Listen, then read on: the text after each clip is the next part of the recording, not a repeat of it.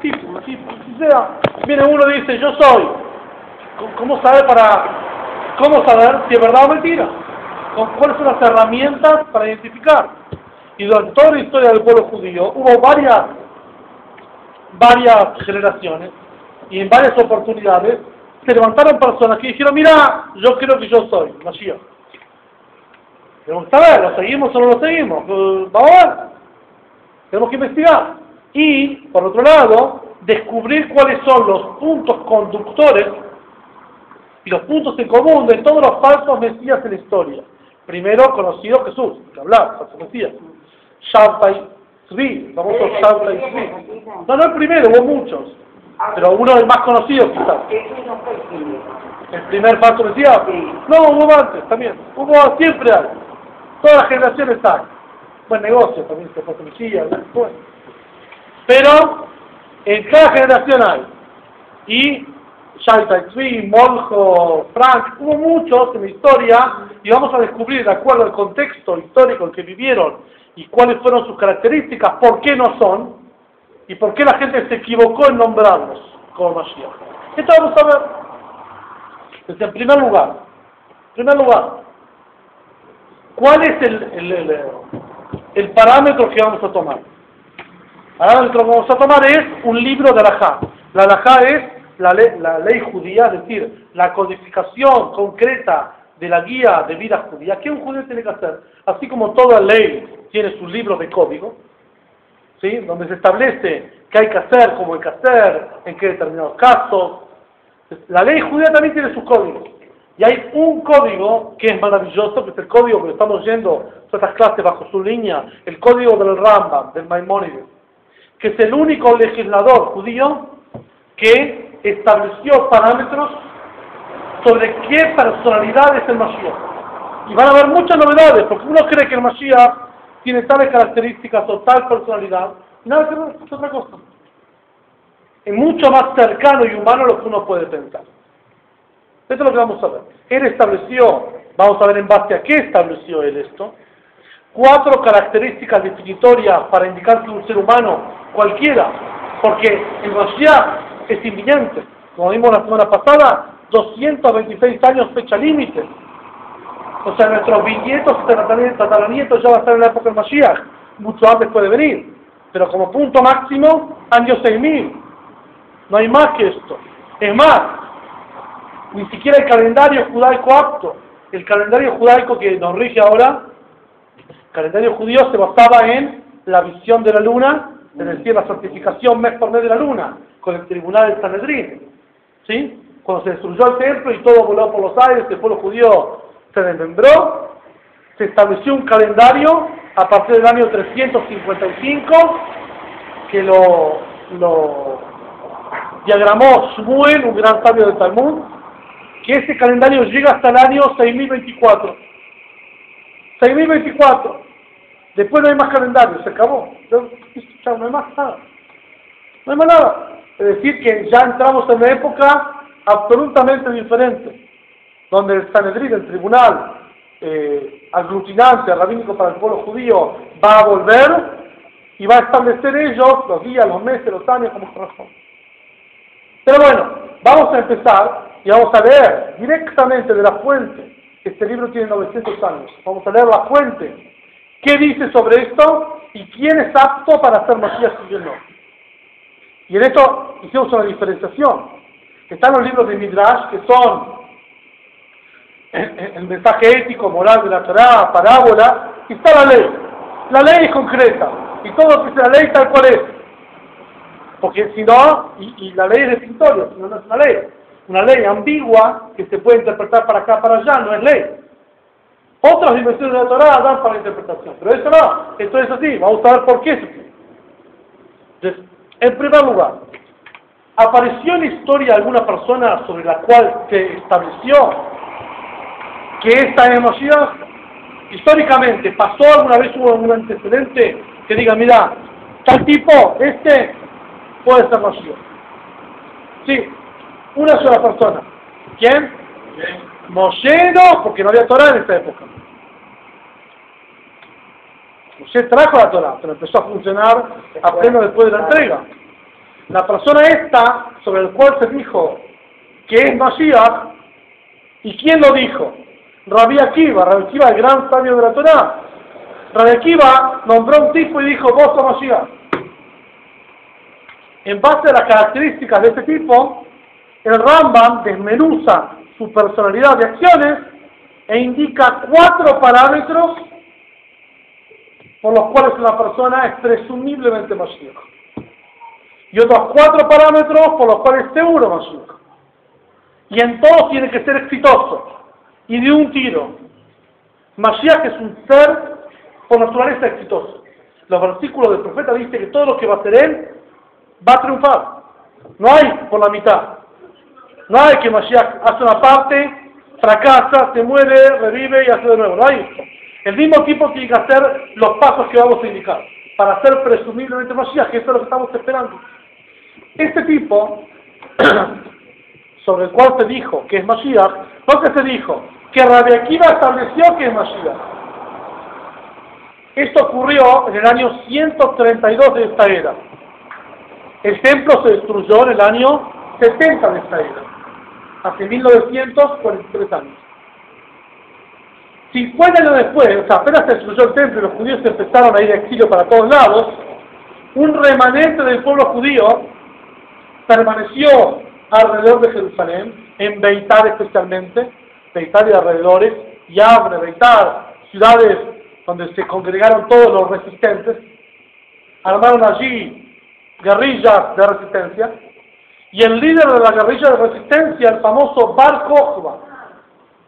Bar Kokhba, que en los libros, en el conocimiento popular, aparece como un guerrero, en el conocimiento toránico, alágico, aparece como el único en la historia sobre el que se dijo que este es Mashiach, y vamos a ver por qué es así, y en base a estos parámetros, el Rambam desmenuza y establece los parámetros actuales para el Mashiach.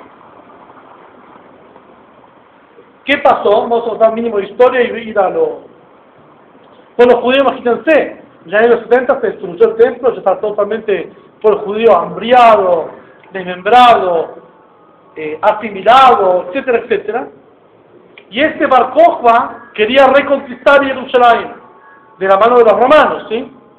¿Qué hizo? Armó un ejército de poderosos, 300.000 soldados pudo alistar con su poder, que cada soldado, para ser del ejército de Bar Kokhba, tenía que tener el poder de arrancar un árbol de cuajo mientras que corría con su caballo. Imagínense la imagen.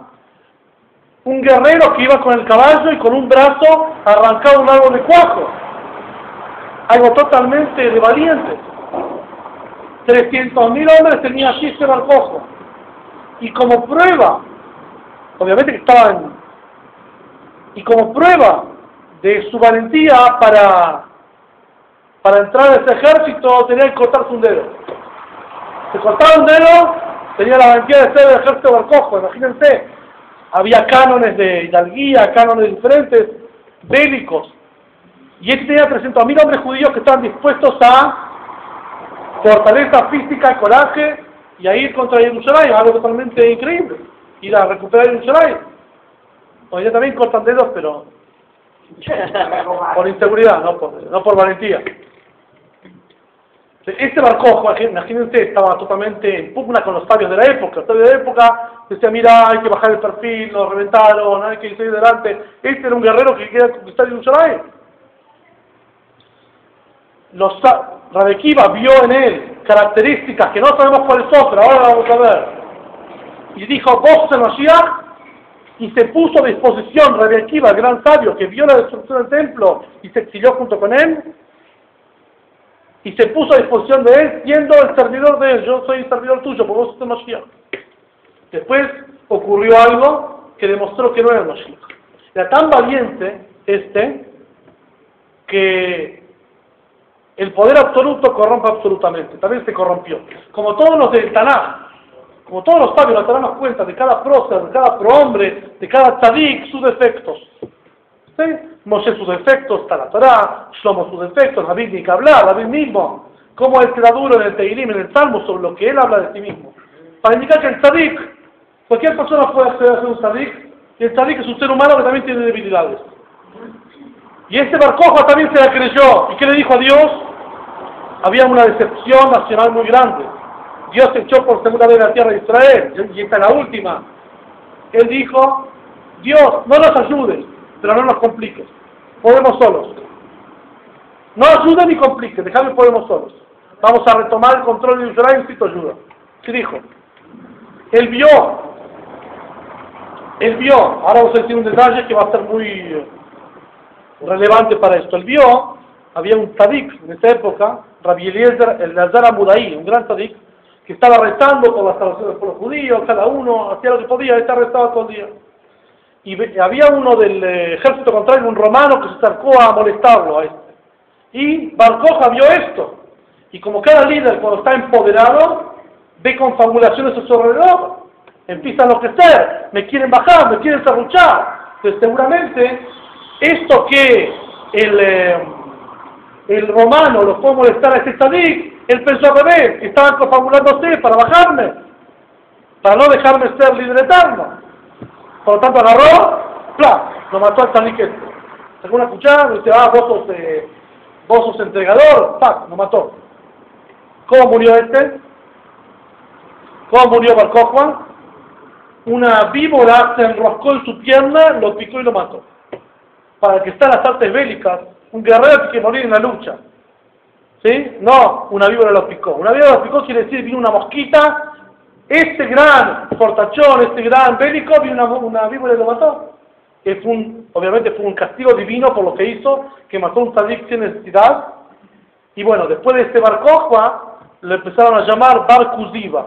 Bar Kokhba quiere decir hijo de la estrella, rememorando lo que vimos en la segunda clase, la primera clase, la profecía de la Torá, que va a levantar una estrella de Jacob, que el Mashiach es como una estrella, que va a iluminar de punta a punta. Se le dijeron, Bar Kokhba, vos sos hijo de la estrella, vos sos el que nos va a sacar del exilio. Después terminó siendo Bar Kuziba. Bar Kuziba en arameo quiere decir hijo de la decepción. Nos decepcionaste, pensamos que era gran cosa y nos truchaste. Este fue el único en la historia judía que se dijo sobre él, para concreta, que es Mashiach. En base a eso, el Rambam analiza y saca 4 parámetros por los cuales cualquier persona de nosotros, porque Mashiach es un tipo que está entre nosotros, mujer, un hombre que está entre nosotros, mujer no, pero hombre sí. ¿Qué? Porque decíamos una mujer. Ahora vamos a ver por qué no puede ser mujer. Es una buena pregunta. ¿Por qué Mashiach no puede ser una mujer? Es una buena pregunta. Y la definición, como el Rambam describe el Mashiach de la Halajá, van a ver por qué no. No que no puede serlo, sino que tiene que tener características masculinas. O sea, aparte la mujer en la época del Mashiach va a dominar. ¿Cree que también el Mashiach sea mujer? ¿Qué no quiere? En la época del Mashiach la mujer va a dominar sobre el hombre. Y va a conquistar y todo esto. Y el Mashiach mismo también tiene que ser mujer. ¿Qué no quiere? ¿Qué? ¿Qué queda para el hombre? Entonces, en primer lugar, vamos a leer página 48. Vamos a ir leyendo y después vamos a explicando de afuera. Pero hoy es muy importante seguir de adentro. La página 48, estamos leyendo el capítulo 11 del libro de Rambam, Maimónides, que es el libro que explica las leyes del Mashiach. Dice así, que no suba a tu mente, el punto 3, y página 48, el punto 3, que no suba a tu mente que el rey mesiánico deberá realizar señales y maravillas y causar fenómenos novedosos en el mundo o resucitar a los muertos. Ni te imagines que el Mashiach va a ser un ser de tipo milagrero. Milagro, maravilla, resucitar muertos. Esto no es la final definitoria del Mashiach. Que lo va a hacer, lo puede hacer. Pero no con esto se ve si es Mashiach o no Mashiach. No es así. O sea, no busques por el lado de lo metafísico al Mashiach. No va por ahí. Que si es, vamos a ver. Pero todavía no sabemos lo que es. Esto se deduce del hecho que Rabbi Akiva era un gran sabio de los sabios de la Mishnah. Y era el escudero de Bar Koziba. Bar Koziba era este Bar Kokhba, que dijimos. Rabbi Akiva era un gran sabio. Y vio la destrucción. Y vio todo. Y sabía todo. Entre paréntesis, Rabbi Akiva fue el único de los cuatro grandes sabios entraron al Pardés. Pardes es una parte esotérica de la Torah muy compleja, que fue el único que entró a eso, o sea, empezó a investigar esa parte esotérica tan fuerte, tan intensa, y salió en vida. Hubo otros que no salieron en vida. Ben Azai, un sabio, entró y murió. Salvó. Otro entró y fue dañado. Quedó loco. Otro se asimiló. Se hizo apóstata. Por la intensidad del estudio de esto. Rabbi Akiva entró en paz y salió en paz. Rabbi Akiva era lo más grande que había. Rabbi Akiva como no hay lo que hablar. Entre paréntesis, hay toda una literatura de la Kabbalah primaria. Ahí está la Kabbalah media, la Kabbalah tardía y la Kabbalah primaria. Esto, si Dios quiere, lo vamos a ver bien cuando empecemos el 11 de marzo, el lunes 11 de marzo, el curso de Kabbalah. La Kabbalah primaria es la Kabbalah que se reveló entre el segundo siglo antes de la era común hasta el tercer siglo después de la era común. Esos 500 años había sabios que revelaban secretos increíblemente profundos y dejaron todos plasmados en una serie de libros que se llama Safruta y Halot, la literatura de los palacios superiores, algo increíble, y ahí está todo plasmado. Y Rabbi Akiva también dijo lo suyo. Y hablamos de Rabbi Akiva, y Rabbi Akiva mismo lo nombró Mashiach a y él fue escudero, es decir, el que llevaba los palos de gol, por decirlo de una forma, el que le llevaba las cosas a este Mashiach, a este Bar Kokhba.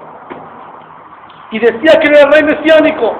Rabbi Akiva y todos los sabios de su generación lo consideraron el rey mesiánico hasta que Bar Kokhba fue muerto a causa de sus pecados. Fue el pecado que dijimos, que mató a un inocente y fue muerto. Y cuando fue muerto supieron que él no era. En Mashiach no puede morir en su acción, después va a morir. Pero mientras que en Mashiach no puede morir, porque tiene que ser exitoso, tiene que hacer lo que tiene que hacer. Pero los sabios no le pidieron ninguna señal o maravilla para comprobar su carácter mesiánico. Pero aquí vio en él características de liderazgo absoluto y con esto le bastó para decir que es Mashiach. Por lo tanto, se equivocó. No, era Mashiach. No era Mashiach completo. Por eso el Rambam trae dos secciones. Presumiblemente Mashiach y seguramente Mashiach. Y vamos a ver esa diferencia. ¿Por qué tenemos que diferenciar entre presumiblemente y seguramente? Hay una secuencia en el proceso que el Mashiach requiere nuestra ayuda. Entonces tenemos que saber, si un tipo es presumiblemente Mashiach, tenemos que acompañarlo. ¿Sí? Vamos a ver ahora lo que tiene que hacer el Mashiach. Este Mashiach es un Mashiach muy humano, o sea, que se inmiscuye, ¿sí?, y interviene en procesos naturales de hoy en día. No es un Mashiach metafísico. Es un líder al que estamos esperando, ese es el Mashiach. Vamos a ver cuáles son sus características.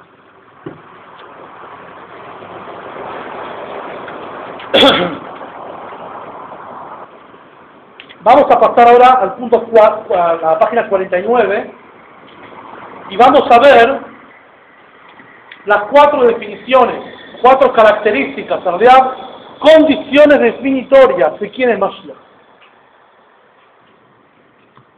Aquel postulante Mashiach tiene que traer los siguientes pergaminos. 2 puntos, vamos a ver. Página 49. Si ha de surgir un rey de la casa de David, un rey de la casa de David. Hoy en día hay reyes, El último rey fue Hizkiyahu, esto fue hace 2500 años, y a partir de esto no hay más reyes. Va a surgir un líder de la casa de David. ¿Qué quiere decir que es de la casa de David? Dios le confirió a David por las características de David, que era un rey absolutamente popular, amado por todo el pueblo. Que sus hijos van a ser reyes y el Mashiach va a venir de su descendencia, de ahí de la casa de David.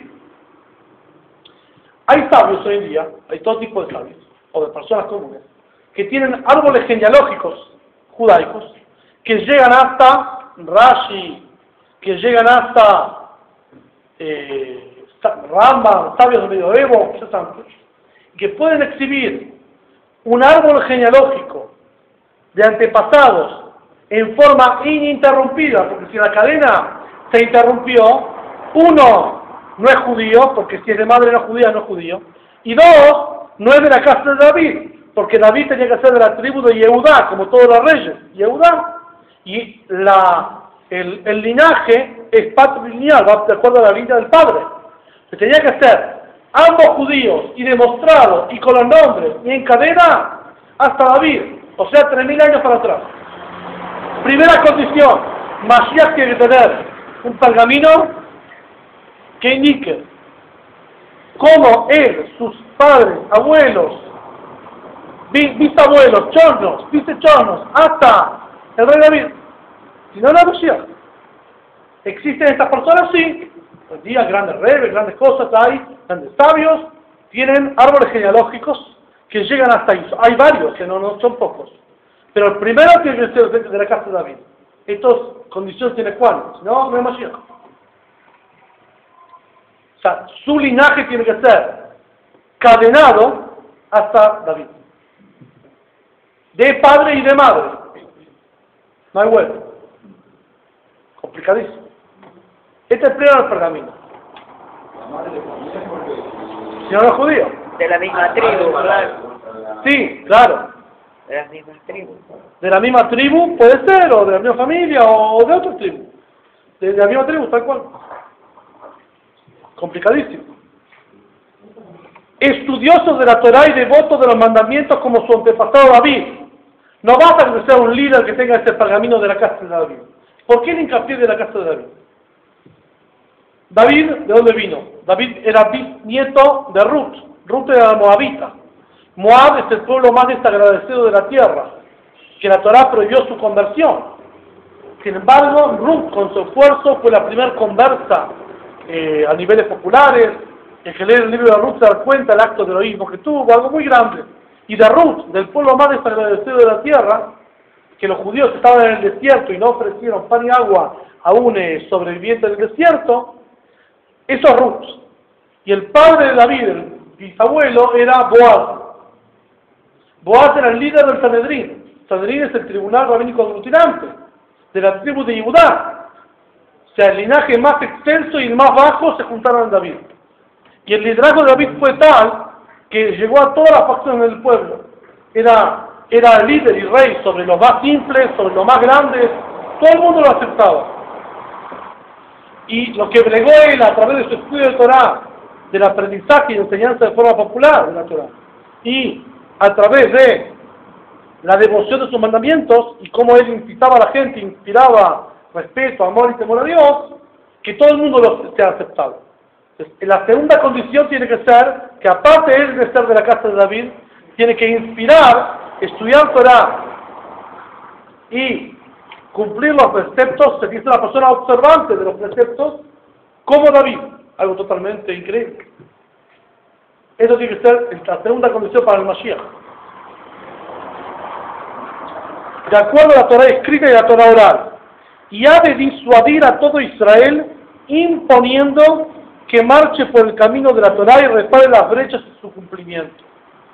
Hasta ahora hablamos de su pergamino, que es de la casa de David, y que ¿cómo? Y estudia la Torah. Y ahora viene lo más interesante. Tiene que disuadir a todo Israel e imponer el acercamiento de todo Israel, de todo el pueblo judío, a la Torah.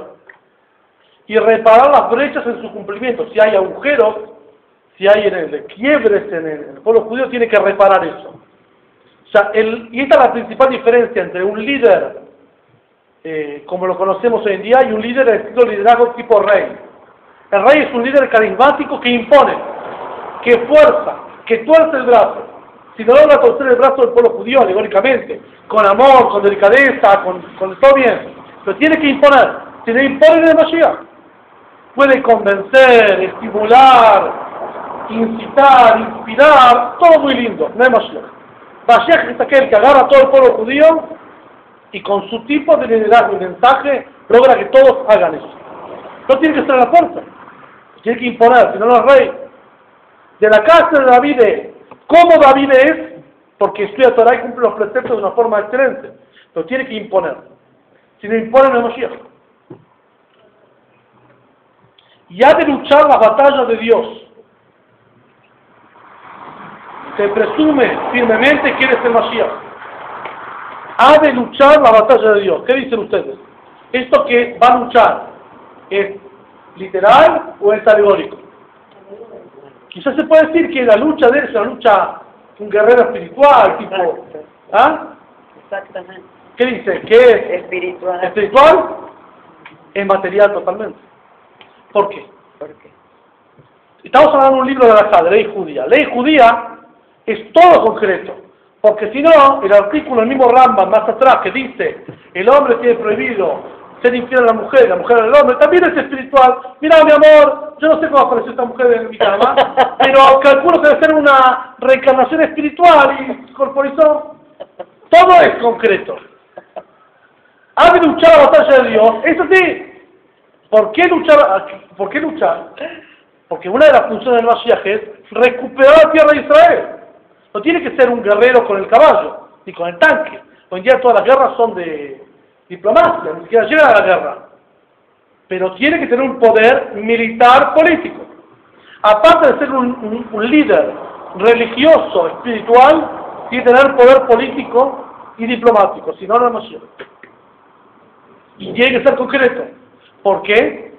Porque tiene que liberar la tierra de Israel bíblica. Imagínense, hoy en día va a llegar el Mashiach.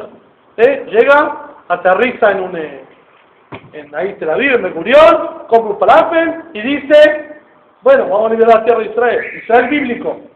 Es decir, Israel bíblico alcanza hasta Libia, acá hasta Irán, ¿sí? Hasta el costado toda Jordania. Israel bíblico son como 10 veces de Israel actual. Vamos a liberar, judíos, vamos. ¿Está loco? ¿Qué? Es del Mashiach. Y en este punto pide nuestra cooperación. ¿Qué? No, puede ser con ataques, no puede ser con ataques. Yo diría al revés, que sí con ataques, porque el texto dice, ha de luchar la batalla de Dios.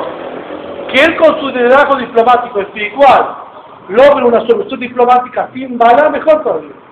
¿Y qué tenemos guerra? Pero él es un luchador, un guerrero, un político. Este es el Mashiach.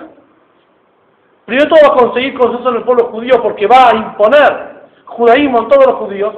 Imponer, no pedir, no insistir, no inspirar, nada, imponer. Si no impone no es Mashiach. Imponer no quiere decir con violencia, imponer quiere decir con carácter. La pregunta es, Sí. ¿se habla de una era mesiánica? Claro, esto vamos. Estamos hablando de que... Sí, la paz va a llegar cuando, primero todo, la tarea del Mashiach es recuperar la tierra de Israel bíblica para todos los judíos, para que puedan cumplir todos los preceptos. Tiene que tener el nombre de la La era del Mashiach, correcto, tal cual. El proceso es un proceso, el Mashiach, yo llamo esto el Mashiach de mínima. ¿Por qué el Mashiach de mínima? Si los judíos somos meritorios, todo este proceso se acorta y es no traumático. Si nosotros no nos movilizamos, el proceso es traumático. Y la descripción del versículo del profeta Mijá y Irmiau hablan de eso así: que el Mashiach va a llegar en nubes o como un pobre sobre un burro. ¿Qué significa? Un pobre sobre un burro va en medio del fango, en medio de la piedra, así, todo reventado. Esto así llega el Mashiach. Si el judío no coopera acelerando la época del Mashiach. ¿Y cómo es el primer nivel para acelerar la época del Mashiach? Estudiar el tema del Mashiach. Con esto es el camino correcto para acelerar su llegada. En este caso, si uno apronta la llegada del Mashiach, el Mashiach viene en nubes. No, en nubes quiere decir rápidamente. Rápidamente. Si no, viene traumáticamente. Ambos casos van a suceder. De alguna forma va a llegar. O rápidamente, con cesárea, con parto natural. Decimos. Pero por eso digo, este es el Mashiach de mínima. Mínimamente que viene así. Obviamente que nadie que va a querer acceder a eso. Yo estoy seguro que la gente, todo el Mashiach va a ser un líder, como vamos a ver, mundial, universal, global. La gente va a dar su liderazgo y la gente va a caer automáticamente. No va a hacer falta todo esto. Pero el Mashiach habla, el Mashiach de mínima. Que la tarea tiene que liberar. Con guerra, con diplomacia, que los otros le cedan el lugar directamente, por ver su poder, imagínense. Estamos hablando de una tarea pequeña, tiene que liberar un mundo de 600, 800 millones de árabes, tienen que literalmente, doblegarse frente a un líder carismático. Algo muy complicado. Si hizo todo esto, hasta ahí se presume firmemente que él es el Mashiach. Podemos presumir que es. ¿Por qué no estamos seguros que es? Porque sigue su tarea. Esta es la primera parte de la tarea. Si vos ves que tenés un líder de la casa de David comprobado, con pergaminos, que es un sabio en la Torá y cumple la mitzvot en forma devota, que impone al judío acercarse al judaísmo y no solamente lo inspira, sino que el judío ve algo que dice no puedo contra esto, no puedo contra esto. La palabra original que se utiliza en el texto hebreo es yakuf. Yakuf quiere decir compeler, forzar a que sea así sin violencia. ¿Cómo su ejemplo sin violencia? Cuando Dios ofreció la Torá al pueblo judío, empezó a hablar de palabras románticas. Ustedes vieron todos los milagros que yo les hice a ustedes, los levanté como esclavos en las salas de mi presencia y los saqué de Egipto, y ahora si quieren ustedes van a ser un pueblo sacerdote, nación santa, un pueblo de segulá, un tesoro preciado, toda una serie de piropos que Dios dice al pueblo judío para aceptar. El pueblo judío se vio como obligado a aceptar la Torá, pero no porque Dios lo presionó, sino porque el tipo hace tanto mérito en la lucha, como un novio que flirtea y corteja a su novia, y manda mensajitos, y manda esto, y da, labura. La tipa dice, mirá, no puedo más, ya. ¿Qué querés? Está.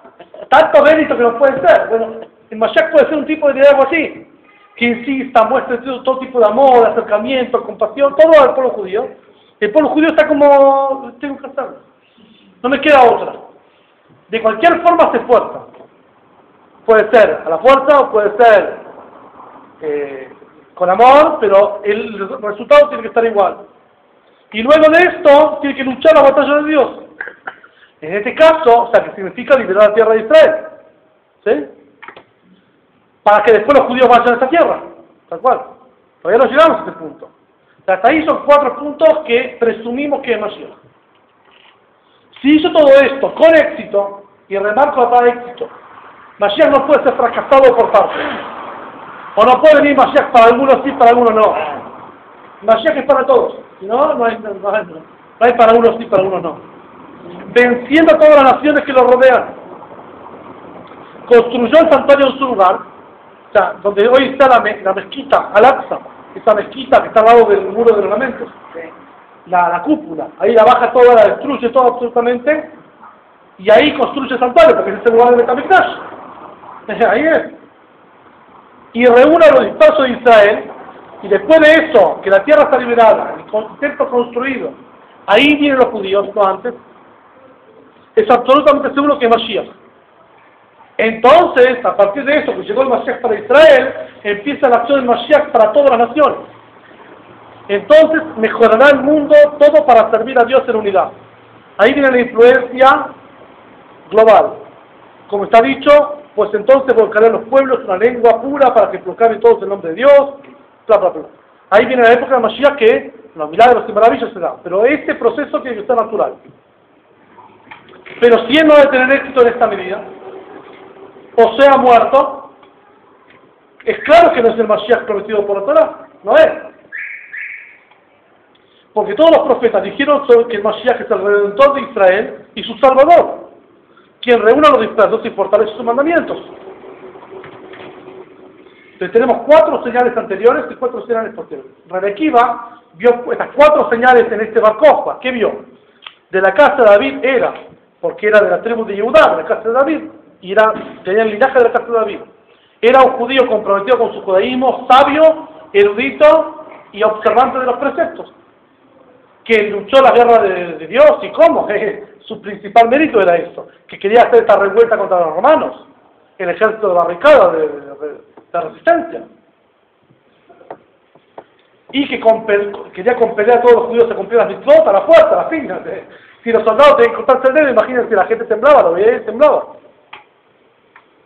Un tipo de liderazgo así, no de esta forma, sino mucho más suavizado, mucho más ayornado, es el tipo del Mashiach. Un líder carismático que impone.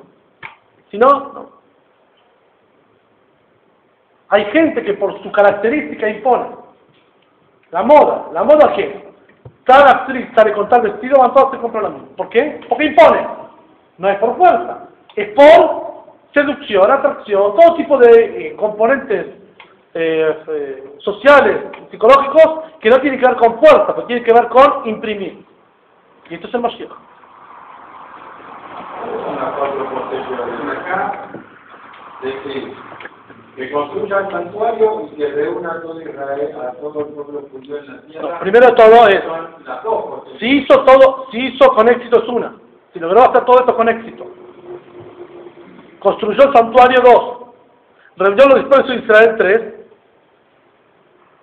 Bien. E influye sobre las naciones 4. Después de llegar a Israel, a partir de ahí tiene que influir sobre las naciones. Después de esto, ahí empieza. Cuando empieza a influir sobre las naciones. Ahí empieza. Ante semejante liderazgo global, todos los líderes de las naciones y sus naciones automáticamente hacen pacto con él, como fue en la época de Shlomo. Shlomo llegó a través de su liderazgo algo similar al Mashiach. Cuando él no tenía que hablar, la gente se le entregaba como naciones que querían convertirse al pueblo judío. Querían hacer paz, dar regalos, se entregaban todas sus riquezas, algo así. Acá va a ser que todo el mundo va a vivir en unidad y va a empezar una era de abundancia, de salud, etcétera, etcétera. Donde Israel cumple su función en su tierra, y Jerusalén es el centro global de energía espiritual del mundo, y la gente puede ver a Dios en Jerusalén. Ver quiere decir con los ojos. Se empiezan a suceder en el santuario sucesivos milagros, que eso es lo que hace que fehacientemente la gente crea en Dios. No porque cree, sino porque ve con los ojos. Milagros y maravillas todo el tiempo. Como fue entonces. El Mashiach tiene que retrotraernos, no en elementos tecnológicos, no, en espíritu a esta época, donde la gente veía milagros y se convencía. Ahora bien, este texto tiene algo muy interesante. Y ahora vamos a comenzar con la segunda parte. El texto tiene partes censuradas.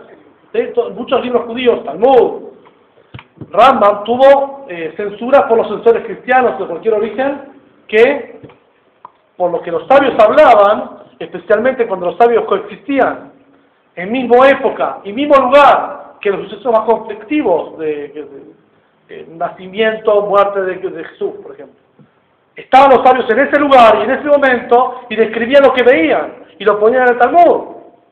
A muchos no les convenía, por eso fueron censurados en algunas partes. Hoy en día toda esa censura se eliminó y ya está el texto. El Rambam, Maimónides, obviamente que fue perseguido en España, en el Cairo, en todos lados por lo que escribía. Y el Rambam también puso cosas muy picantes que vamos a ver. Y a partir de eso vamos a ver cómo el Rambam en su texto elimina todos los otros posibles Mashiach que no sean estos. Muy interesante. Página 48, vamos abajo. Volvemos a la página anterior, página 48. Habíamos hablado anteriormente que... ¿Te sirvo? Habíamos hablado, página 23, ahí. Miren el último párrafo de la hoja, arriba de todo, ¿sí? El texto, no en las llamadas.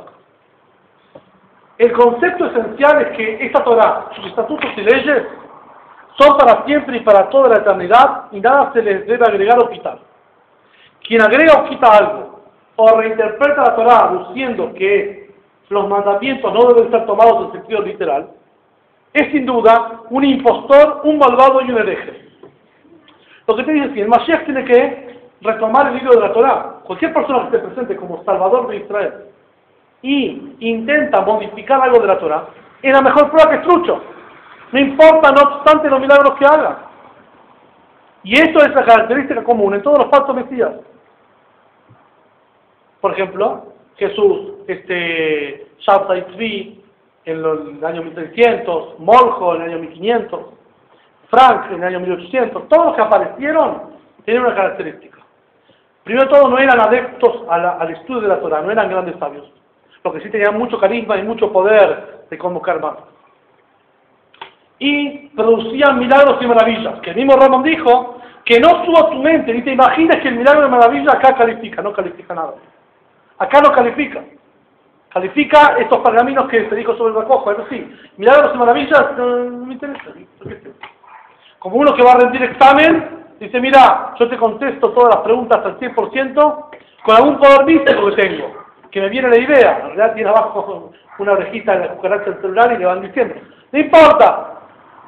Acá no importa, acá importa que sepas o lo sabes. Vos calificás, sabés o lo sabés. Si no sabés, no importa qué poder tengas. Acá importa que te demuestres. Acá también existe el fenómeno de que determinados líderes o gente puede hacer milagros. Puede hacer milagros. Ahora, el hecho de hacer milagros, eso no quiere decir que esta persona es un aval para esa persona. Quizás el hecho de hacer milagros es un aval que está utilizando fuerzas espirituales de forma negativa. Voy a tener un ejemplo. Acá, Baruch Hashem, pagamos siempre la luz. ¿Sí? ¿Qué pasa si vamos a dejar de pagar la luz y nos vamos a colgar del cable? ¿Lo colgamos? No estamos fácil. ¿Qué problema hay? ¿La luz va a estar? Sí. Va a estar. ¿Y cómo? No va a límite todo el tiempo porque igual no la pago. ¿Qué me importa? El hecho que esté prendida la luz no quiere decir que la pago. Quiere decir que está prendida la luz. Puede ser porque la pago. Puede ser porque me colgué. El hecho de que un tipo haga milagros no quiere decir que sea un sagrado, un santo, sea algo especial. Quiere decir que este hecho sobrenatural lo produce con algún tipo de fuerza. Están las fuerzas aptas, legales, que es un tzadik, incluso un tzadik de las naciones, una persona apta de las naciones, sin ser judío, que llega a un nivel espiritual alto y accede en forma, entre comillas, legal a hacer milagros. Dios le concede esa capacidad por algún motivo. Como una persona califica a pagar la luz. Se tiene la luz porque la pagó. Está lo que tiene la luz porque la robó. Le tiene muchas luces, total que no importa. Igual no califica de acuerdo al mérito. Estos son todos los seres, todos los individuos durante la historia que hacen milagros, maravillas, todo tipo de apariciones, materializaciones, lo que sea, con fuerza de la impureza. Por eso el Rambam dice bien claro, Mashiach no es uno que haga milagros.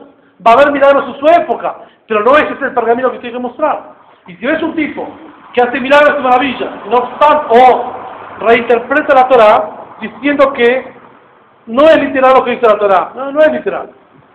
Por ejemplo, no importa lo que uno come, no importa lo que entra en el estómago, no importa lo que entra por los labios, no importa lo que sale de los labios. O sea, que el kashrut no vale, sino importa hablar de otro. Eso es una interpretación mala de la Torah. La Torah habla del hecho de kashrut, que hay restricciones alimenticias, no se puede comer todo lo que uno quiere. Aquel que reinterpreta la Torah diciéndole que los preceptos ya perimieron, se refiere a quién? Obviamente a Mohammed, a Jesús, a todos los que reinterpretaron la Torah diciéndole que no era literal, o que sí fue literal, pero ya pasó, o que sí, o que no pasó, pero es para otro pueblo. Bien. Miren esto es interesante acá. Vamos a la llamada número 23. El párrafo entre paréntesis solo aparece en las primeras ediciones del Código del Rambam y fue emitido por los censores cristianos. Muy interesante. El Rambam, Maimónides, tuvo mucha influencia en el Yemen. Los judíos yemenitas tienen una característica muy increíble. Siempre vivieron bajo un mismo estilo de vida, beduinos, encerrados en sí mismos, sin asimilarse, los judíos del Yemen. Por lo tanto, los libros sagrados los conservaron sin tanta modificación. No tuvieron tantas persecuciones, no hubo elementos que antes de la imprenta permitían que las cosas se adulteren. Por lo tanto, la versión del Maimónides que tienen los judíos yemenitas es la más exacta, como también la versión del Talmud que tienen la más exacta. Por la naturaleza social que le tocó vivir, no tanta persecución, no tanto movimiento, ni eran tan nómades, siempre en el mismo lugar. Por lo tanto, la versión que estamos estudiando es la versión de un gran sabio yemenita llamado Yosef Kapach, que tiene el texto más genuino del Rambam que puede haber. No es que los demás no son genuinos, sino que son pequeñas letras que pueden haber A o B, como decir, en vez de decir I, dice O. ¿Sí? Diferentes textos porque, justamente, esto fue escrito 400 años antes de la imprenta. ¿Qué dice? Dice así lo siguiente. La importancia es obvia. La prueba definitoria de un verdadero mensajero de Dios es la total adherencia y sumisión a la enseñanza de la Torah. ¿Quién es un mensajero de Dios? ¿Quién es un Mashiach? uno que está del lado de Dios, que adhiere absolutamente a la Torá. El hecho de tratar de alterar la Torá de Moisés mediante edición, sustracción o cambio, si dice que la Torá ya perimió, o la Torá es para otro momento, o la Torá es diferente, constituye prueba evidente de que se trata de un impostor, no obstante las maravillas que realice. Así, este pasaje refuta a los falsos profetas y pseudo-Mashiach de todos los tiempos. Hay un solo criterio para reconocer un verdadero Mashiach. ¿Quién es un verdadero Mashiach? La concreción exitosa de todas las profecías mesiánicas conforme a las leyes de la Torá. Todo lo que los profeta Isaías, Malají, todos dicen sobre el Mashiach, tiene que cumplirse de acuerdo con la ley de la Torá. En primer lugar, redimir a todo Israel, y estamos todos en exilio. Exilio no es solamente el lugar físico, exilio es desconectarse de la fuente. No importa estar por eso los judíos que están en Israel, si bien físicamente están en la tierra de Israel, pero interiormente están exiliados, porque no están apegados a la Torá muchos. También es una situación de exilio, no solo de exilio es estar fuera de la tierra.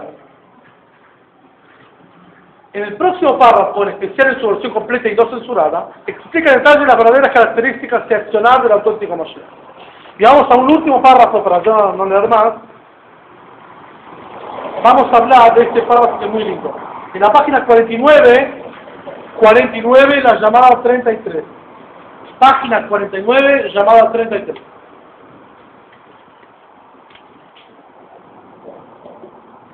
Dice así, el pasaje entre paréntesis, dijimos anteriormente así, pero si no va a tener éxito el Mashiach, o es muerto, o sea, si todas estas cosas que tiene que hacer, 4 puntos para nombrarlo presumiblemente Mashiach.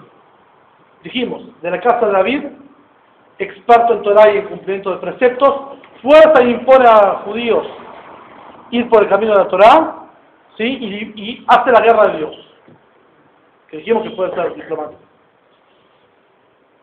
Y 4 puntos para asegurarse que tiene éxito absoluto, construye el templo en su lugar, reúne a los judíos en la tierra de Israel y empieza a influir sobre las naciones para hacer una paz mundial. Y así, el pasaje entre si no tiene éxito o es muerto antes de eso, estoy seguro que no es Mashiach. Mashiach, uno, mientras que hace el proceso no puede morir. Y segundo, tiene que ser exitoso. Va a morir el Mashiach, como todos vamos a morir, y Ramón dice que va a gobernar su hijo y el hijo de su hijo, el Mashiach, pero eso después, en el proceso no puede haber fallo, porque todos los profetas hablan de su éxito y nuestro éxito con él. Si falla no es Mashiach, tal cual. ¿Qué si es? Un rey kasher, una persona apta. Puede haber durante las generaciones gente que comenzó el proceso y se abortó en el medio por alguna cosa que Dios sabe. Eso no quiere decir que sea un trucho, quiere decir que Dios empezó el proceso de la redención y lo abortó. ¿Lo abortó? Por ejemplo, aparece un rey, un líder judaico de la casa de David, y es experto en Torah, y empieza a inspirar que todos los judíos de campaña para que todos los judíos retornen al judaísmo. Y no logra imponer en todos. En algunos sí, no en todos. Eso es una prueba de que empezó el proceso y se abortó en el medio. No era el que prometió la Torah. Era un rey bueno, era un líder bueno, pero quedó ahí. No terminó el proceso, que era terminar de imponer la Torah a todos. Eso no terminó. Puede haber esto, que está bien, no está mal, pero no es el que prometió la Torah, es otro. Avancemos un poquito más. Y con esto vamos a finalizar. El pasaje entre paréntesis es un extracto de un extenso párrafo que solo aparece en las primeras ediciones del Código de Ramos y fue omitido por los censores cristianos. ¿Por qué? El acento del Maimónides se centra otra vez en distinguir entre el verdadero Mashiach y los diversos impostores que aparecieron con pretensiones mesiánicas. ¿Cuál es la regla que diferencia entre el Mashiach verdadero de todo lo demás? Todo el pasaje explica específicamente el rechazo del judaísmo respecto de las pretensiones de los fundadores del cristianismo y del islamismo. Al mismo tiempo, también explica por qué los misteriosos caminos de la providencia. Los seguidores de ambos han contribuido a preparar el camino para la era mesiánica al familiarizar el mundo con el principio del Mashiach. Una manera muy interesante. Acá no solamente dice cuál es el verdadero Mashiach versus los demás falsos del mundo cristiano, del mundo islámico, de cualquier religión, sino que más todavía explica por qué Dios permitió que avance tanto el mundo cristiano y el mundo musulmán, no ya más el musulmán que cristiano. ¿Por qué? ¿Por qué Dios permitió esto? O sea, que la Torah se adultere, la Torah se falsifique. ¿Por qué permitió? Miren esto que es muy interesante. Estas doctrinas, dice Rambam, fueron difundidas a islas distantes y muchas naciones de corazones incircuncisos. La idea es que va a haber una época donde va a haber un Mashiach, y hay una Torah, hay un pueblo que Dios seleccionó para una misión singular. Esta idea se difundió por todos lados, incluso en naciones de corazones incircuncisos, se refiere a el mundo occidental, el mundo oriental, quienes debaten esos temas y los preceptos de la Torah. No obstante, en la actualidad, la percepción de esas naciones sobre estos conceptos, basadas en falsas interpretaciones de esas religiones, es errónea. Hablar con cualquier cristiano o cualquier musulmán, saben la Torah de memoria, los profetas de memoria, pregunta a cualquiera. Te van a preguntar, decime una cosa, vos sos judío, sí, soy judío pero no ejerzo, muchos dicen, soy judío pero no ejerzo. ¿Por qué ustedes no aceptan a Jesús como el Mesías? ¿No ves que el profeta dice, empiezan a citar las profecías? El judío se queda ahí como atónito, perplejo. Este cristiano dice que Jesús es el Mesías. Y cita versículos que aparecen ser de la Torah.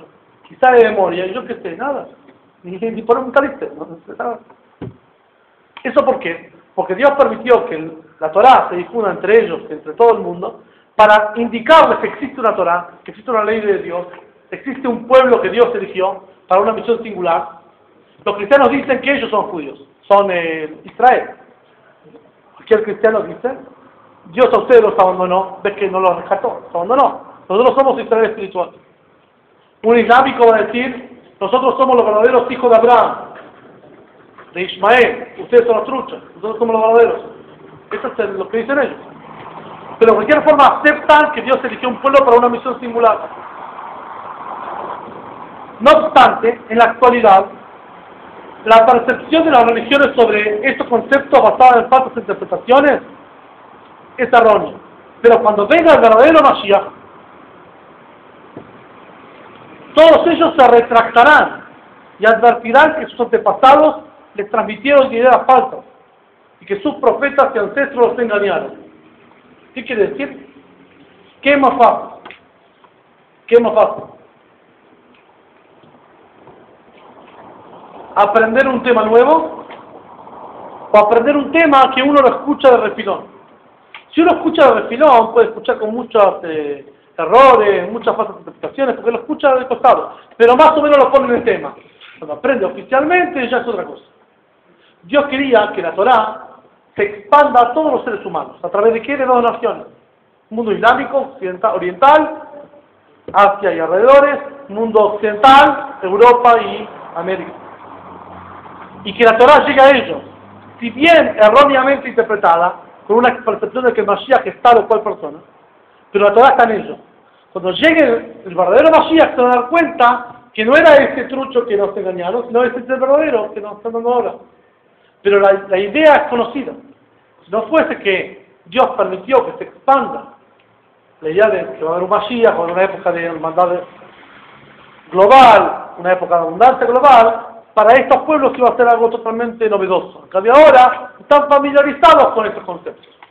Se equivocan de personas, pero están familiarizados. Entonces lo que estamos viendo básicamente, lo que vimos hoy, fue condiciones de mínima. ¿Por qué digo de mínima? Porque todo el proceso de Mashiach puede llegar no traumáticamente, puede llegar rápidamente sin sufrimiento. Depende de nuestros méritos. Si no tenemos ningún mérito, de último va a llegar igual. Ahora les pregunto, esta generación que ustedes ven ahora, judaicamente, ¿qué les parece? ¿Una generación meritoria o desastrosa?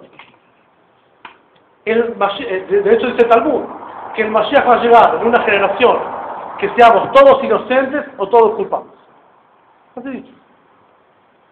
¿Ustedes qué dicen? ¿Que esta generación qué es? ¿Buena o mala? No es buena. Término medio. Entonces Mashiach no llega. No, no es buena. O todo bueno o todo malo. Yo no es que me quiero poner los méritos a todos nosotros, pero con tanta asimilación, con tanta oscuridad que hay, o sea, para la generación de Moshe, que veía los milagros, creer en Hashem Era fácil. era fácil. Nosotros tenemos fe y seguimos existiendo al más por los milagros maravillosos.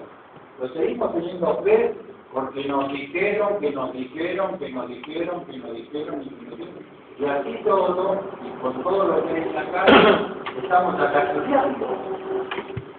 O sea que algo de mérito tenemos. Pero habla La mayoría. en un contexto Bueno, general. somos una minoría, pero está bien. Él habla en un contexto general. Interesante. Interesante visión, interesante, interesante visión. Está bueno. El consenso interesante es así. Todos los sabios debaten si esta generación es totalmente apta o totalmente inapta. En ambos va a llegar el Mashiach. Porque lo que seguro hay consenso en todos, que esta generación es la generación previa al Mashiach. Por todas las señales que se están dando ahora. Y la visión del Rebbe es muy linda. Que esta generación somos todos aptos. ¿Por qué? Por muchos motivos. En primer lugar, somos como un enano en hombros de un gigante. Un enano está más alto él del gigante que lo porta. Imagínense, un enano en hombros de un gigante. Está más alto, no por mérito propio, porque está encima de un gigante, pero no importa, está más alto. Esta generación viene después de muchos méritos. En primer paso, la generación anterior, que era la Shoah, Tzadikim. El que murió ahí en el Shoah va directo al paraíso porque es algo increíble. La generación anterior era todo gente ilustrada, gente devota, y para atrás mucho más. Por lo tanto, todo el cuerpo de Israel, de hace 2000 años para acá, es como un gigante. Nosotros somos como enanos, pero estamos encima de ellos, o sea, bajo sus méritos. Por lo tanto, somos meritorios. Y segundo, el desafío que tiene esta generación no la tuvo ninguna, ni incluso la de Moshe nadie. Con la cantidad de distracciones y acceso a todo tipo de placeres y cosas que el judío tiene. Sin embargo, si es un espacio y viene a estudiar Torah, es un mérito increíble.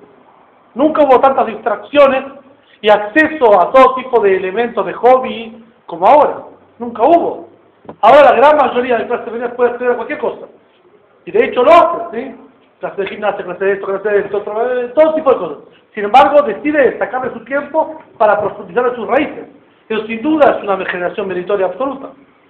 La mayoría del pueblo judío que es desconocedor, si es conocedor no pasa nada, porque desconoce, ¿qué va a hacer? El conoce hace lo máximo que puede, más no puede.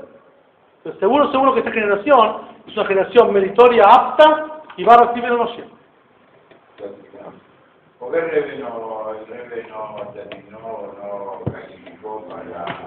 Él se refiere a que en el año 90-91 muchos vieron en el Rebbe de Lubavitch una imagen que puede calificar para ser Mashiach. Como lo estudiamos hoy, nos damos cuenta que no, porque la tercera condición para ser Mashiach, de hecho el Rebbe era de la casa de David, está toda su genealogía en los libros, pueden buscarla, que llega hasta el Maharal de Praga, la viuda Levae, este gran sabio de Praga que hizo el Golem, que le estaba, su generación llega hasta David. O sea, desde ese punto de vista estaba calificado. Desde el punto de vista que era sabio de Torah y devoto, estaba calificado. Cuando intentó persuadir y competir a todos los judíos para cumplir las mitzvot, empezó pero se abortó la mitad, porque de hecho no terminó sus tareas. Por eso no es. Pero empezó. El Ram dice que es como de los demás líderes aptos. Empezó la tarea y no terminó. ¿Por qué no terminó él? No era el designado. Hay candidatos a ser Mashiach, y aquellos que se creen con aptitud empiezan a hacer la tarea de Mashiach, campañas mundiales de acercamiento a la Torah y de mismo todo eso. Pero tiene que imponer. Si no impone, no es Mashiach. Puede convencer, como Rebbe inspiró con mucho amor, mandar emisarios a todo el mundo, hacer todo. Pero si no impone, no es. Entonces, de 4 condiciones, 2 y medio. Hay en cada generación una persona viva. En cada generación una persona apta y viva para que Dios se la revele y sea Mashiach. Cada generación. Persona apta y viva. puede no saberlo la misma persona. Pero... ¿Sí? La misma persona no lo sabe. Espera que se le revele la señal. Tiene que ser una persona que se acerque al barrio de esto, de lo que estamos hablando. O sea, tiene que ser un líder carismático, con poder, con llegada, con erudición, con devoción de la casa de David. Y que esté esperando que le manden la señal de abajo para trabajar el poder Mashiach. Y muchos sabios creyeron que ellos mismos eran y empezaron a esa onda, pero no eran. Ellos pueden hacer el recipiente de abajo, o sea, intentar hacer. Si no logran hacerlo, no era que ellos fallaron, ellos no fallaron, no eran. Claro. Esta es la mejor prueba, no eran. El que es, tiene que ir derechito, si no, no es. El sabio, lo que el erudito, este líder, intenta hacer lo que el Mashiach tiene que hacer. Si le sale bien, avanza. Por ejemplo, comprueba que su linaje llega hasta David, perfecto, primer paso. Estudia Torah y es devoto como David, segundo paso. Empieza a intentar a juntar a los judíos alrededor de Torah y tiene éxito, pero no logra imponer, se queda en la mitad. Si logra imponer, pasa al cuarto paso. Empieza a librar la guerra de Dios, empieza a haber gestiones diplomáticas para liberar la tierra de Israel y que los judíos vayan. Se abortó, quedó ahí. Y la cuarta como más difícil. ¿Ah? No, O sea, que imponer ya es difícil. imponer es difícil. El imponer. De hecho vimos que Rebbe intentó y se quedó en la mitad. No se quedó en la mitad, no era. Si era tenía que pasar, si no, no puede pasar, no era. Yo Por creo eso- que cuando sea así y va a imponer, se va a dar muy fácil. Sí, naturalmente el judío solo, es Claro. correcto. Va a despertar el alma del judío a tal punto Claro. que el judío solo va a hacer. No es que imponer no quiere decir con violencia, pero no quiere No, decir seguro. estimular que ahora va. Claro. Estimular que ahora va. De hecho, hay un fallo rabínico de muchos sabios en el año 91 que establecieron por lo que veían en el Rebbe que podía hacer. Y después quedó caduco porque no terminó la tercera, no avanzó, quedó ahí, se murió antes. Y les vendía a ser el rey y después el rey. Sí, pero una monarquía no como entendemos que es la monarquía. Monarquía clásica es una tiranía. El rey del mundo sería. No, un líder espiritual global. Eso todas las naciones van a tener sus gobiernos. Acá, que nos toque. Cada nación tiene No, sus. no. Acá no, hasta todo eso Israel, pero bueno. Toque no. ¿Qué? El que no Sí, toque. depende, si es rey, no hay rey. Pero bueno, cada nación con su líder, porque no va a inspirar respeto y admiración universal y va a guiar a todo el mundo al camino del monoteísmo. Eso no quiere decir que va a avanzar sobre todo el mundo. La división entre Israel y naciones siempre va a estar. Cada nación con sus creencias, cumpliendo los 7 principios universales, chao. Va a ser un líder carismático, no va a ser un tirano que va a gobernar el mundo. Y de hecho, por eso, la palabra rey es rey bajo el estilo judío, que es un líder que se gana el respeto de la gente, pero no impone. El rey en el judaísmo está al servicio de la gente. No que impone, no que es un autoritario. En el mundo había una paz universal. Va a haber porque va a haber un modelo y ejemplo en el pueblo judío. El pueblo judío va a ser modelo y ejemplo de lo que tiene que ser. Y el ejemplo es que si vos querés que en la habitación esta haya 20 grados, ¿bien? Y hace mucho frío, tenés que tener una caldera de 200 grados. Si la caldera tiene 200 grados, el nivel medio de la habitación tiene 20 grados. El pueblo judío es como una caldera. Está lleno de preceptos y de energía y de fuerza, y tiene que adscribir a eso como una caldera para que todas las naciones tomen ejemplo y modelo y cumplan un poco. 613 preceptos del pueblo judío, 7 para todas las naciones. Si el pueblo judío, en modelo y ejemplo, es 200 grados, las naciones son 20. Y esto lo queremos. Esta es la misión singular del judío. Es un privilegio muy grande, pero una responsabilidad muy grande. Y después, como una de la resurrección de los muertos, no me acuerdo. Ah, lo vimos la semana pasada. A partir de eso, del nivel de Mashiach, se empiezan a suceder diferentes milagros y maravillas hasta el punto de resurrección de los muertos. Pero después te paso el audio si quieres. Ahí es un proceso muy avanzado dentro del Mashiach. Hoy vimos el proceso de una persona que aparece en el exilio y hace todo el círculo. Y tiene que hacerlo todo de un saque y no por partes. La Rambam clásico. Este es el Rambam de mínima, dijimos. ¿Sí? Bueno, esto es un poco un aplauso, por favor. Lo terminabas por completo, te digo. Gracias. No, porque el artista se siente... ¿Cómo seguimos? El lunes 11 de marzo. Lunes 11 de marzo a las 20 horas. ¿Sí? 20 a 21 horas.